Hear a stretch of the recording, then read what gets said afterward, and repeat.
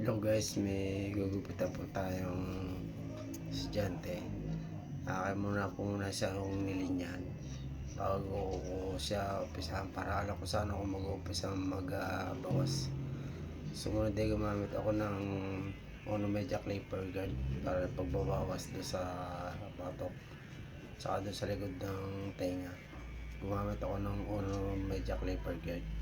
Binawas-bawasan ko at medyo makapalo yung gumamit muna ako. Sumunod gumamit po muna ako ng 0.5 clipper guard at dito ako siya alalay na binubura. Sunod sinira ko, close ko. Pagkatapos akin na pong finish po ng trimmer. Dito ko na po pipinish ang pagbubura po. Binawas ko ng tika konti lang po yung ibabaw para hindi naman masyado malahabang tingnan. Konti lang ang bawas, ayaw nitutoy na maiksi. Sumunod ay ang aking inahitan na po. Dito na po ako magpipinis sa pag-ahit.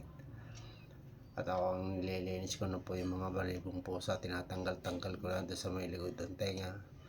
Nililinis ko na po yung mga balibong pusa para malinis po tingnan ang kanyang gupit. Hanggang doon sa batok. Sige po, hanggang dito lang po. Maraming salamat po.